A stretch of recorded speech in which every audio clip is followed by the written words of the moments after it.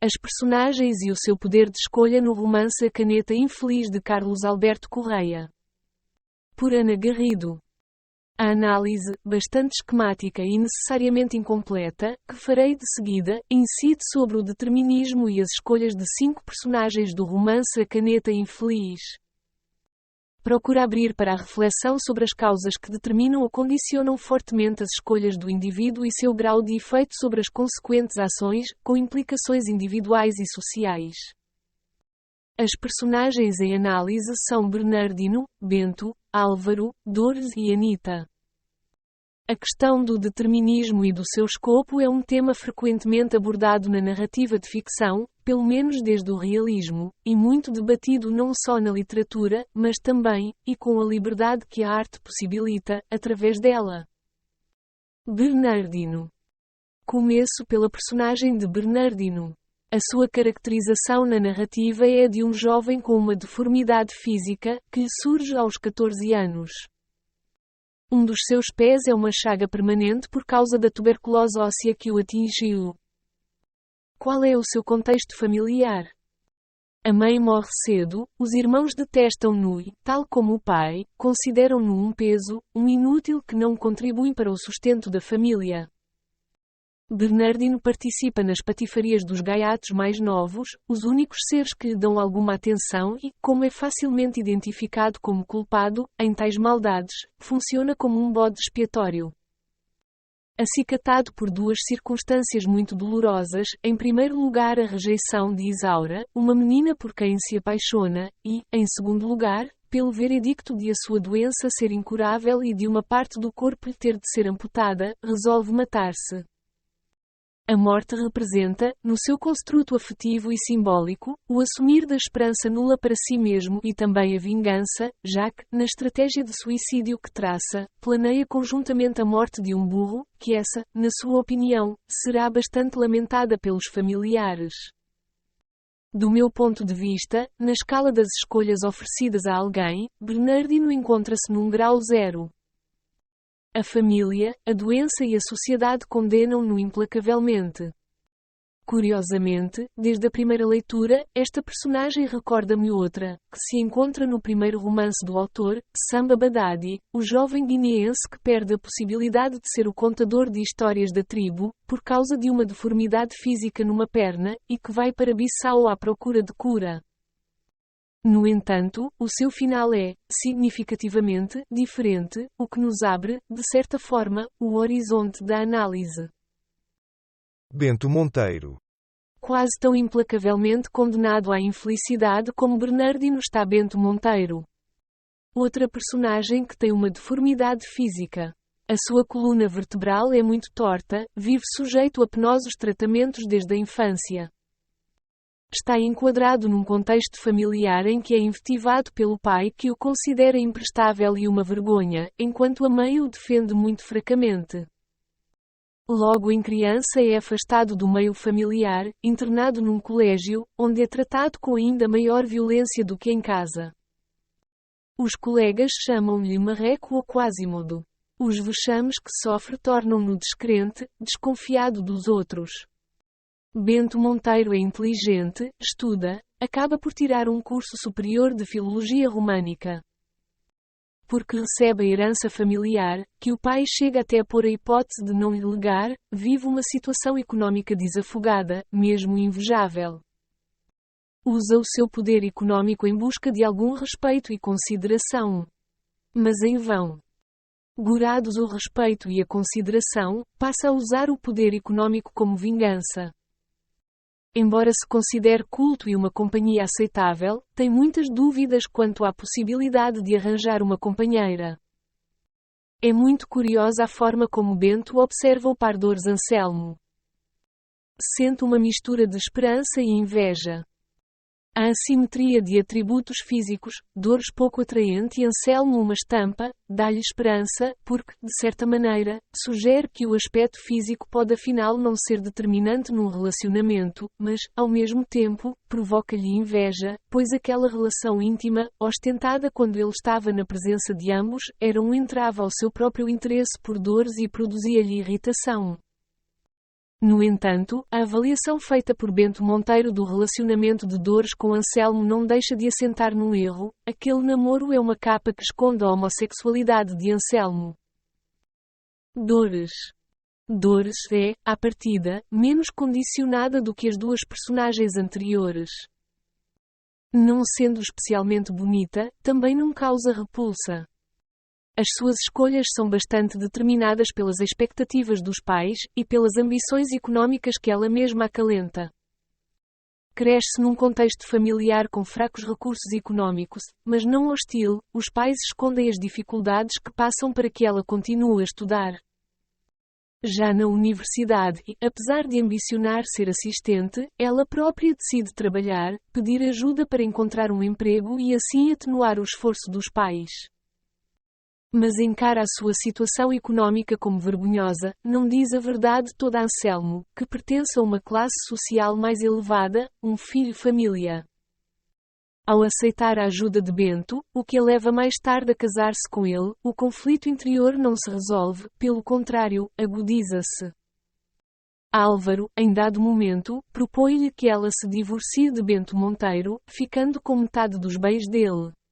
Ela recusa. Quer tudo. Traça um plano para o matar. Álvaro. Também Álvaro, do meu ponto de vista, não está assim tão limitado ou condenado. Inserido num ambiente familiar amigável, normal para a vila de Freimoso, semelhante a tantas vilas alentejanas dos anos 50, estuda até ao 5º ano dos liceus. Atingido esse patamar, o pai considera que não pode continuar a suportar-lhe os estudos. Estava na hora de ele arranjar emprego. Álvaro tem uma namorada, Anita, com quem se sente bem e que é muito ambiciosa. O primeiro emprego que ele consegue, por favor, é mal pago e, nas suas palavras, de uma chateza incrível. Ficou a ser paquete, ou seja, moço de recados de uma loja de maquinaria agrícola. Situação muito inferior à que seria adequada às suas habilitações. Depois de um conflito com o filho do dono da loja, o Adérito, acaba por sair de lá e ser contratado pelo Dr. Sequeira, para o seu escritório de advogado. Sequeira é um opositor ao regime. Quando este é levado pela PIDE e preso, o escritório fecha e os amigos de Sequeira, também resistentes, arranjam-lhe novo emprego, na biblioteca de uma sociedade recreativa. Emprego que Anita desvaloriza, que acha medíocre para as capacidades do namorado e para as suas ambições. Sem nada mais ter feito a não ser aceitar os empregos que lhe apareciam, Álvaro vê-se envolvido numa organização que combate o regime salazarista. Na sequência de uma rusga à biblioteca onde está a trabalhar, de um interrogatório da polícia que o ameaça e lhe aponta a inspeção militar próxima como caminho que ele deve seguir, Álvaro faz uma primeira escolha decisiva. Assim, perante as possibilidades de ser preso, de ir combater para o ultramar, escolhe fugir para a França.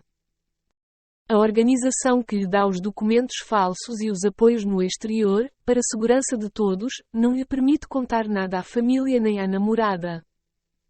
As consequências dessa omissão serão inexoráveis, embora nesse momento ele não o saiba. Se os pais, embora censurando-o, acabam por aceitar a sua escolha, Anita nunca mais lhe vai perdoar o segredo que manteve durante um mês, enquanto ela e os pais de Álvaro nada sabiam do seu paradeiro. Até aqui, podemos dizer que Álvaro está bastante condicionado, o que ele aceita depois em França para melhorar as suas condições económicas, como espiar os convidados nas recepções da Associação de Imigrantes Portugueses e nas festas de embaixadas, já não é, propriamente, uma necessidade. É a luta por um estatuto diferente. Anita nasce no mesmo meio em que nasceu Álvaro. Talvez até num contexto educacional menos favorecido. Trabalha como simples cabeleireira no tempo em que namora com ele. A sua vida é feita com esforço, dedicação e foco, na juventude. Tem uma ambição cujo tamanho só pode ser avaliado quando Álvaro a revê em entrevista na televisão belga.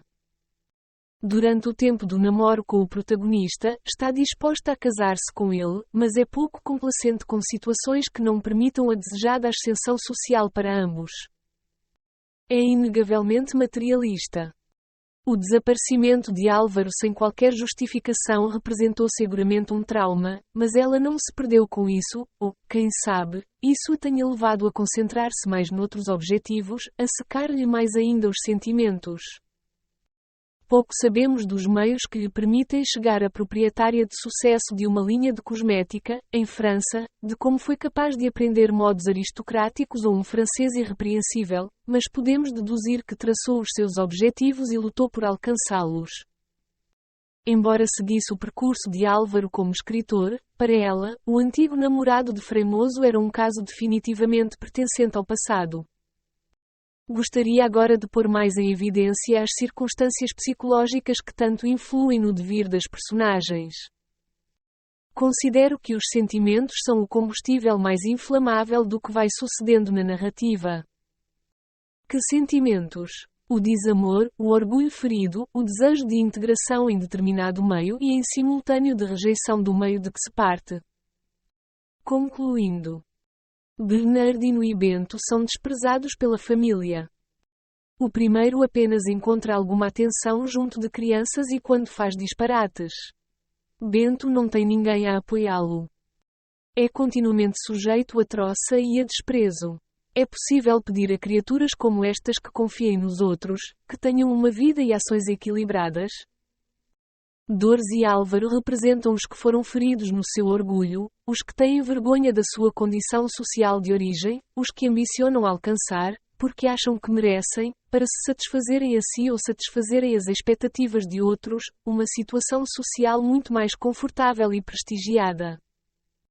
Nestes jogos de autocompensação de feridas narcísicas, que vão acabar no engano e mesmo no crime, em Álvaro nos negócios sujos, na vontade de arrecadar a fama e os lucros que pertencem a outro. Em Dores numa situação económica que supostamente a resgatasse de toda a náusea que o contacto físico com o marido lhe provoca. Nestes jogos de autocompensação, dizia, se vai gastando a vida, sem um suporte emocional e ético, numa fermentação incessante da frustração e do ódio. Dos sentimentos e frustrações de Anita sabemos pouco. Para Álvaro ela deixa de ser a pessoa amada a reaver, só a imagem que dela tem no passado ainda lhe interessa. No presente, Anita transformou-se em algo que os seus sentimentos já não conseguem tocar. A caneta infeliz. Pedidos da Amazon Carlos Alberto Correia.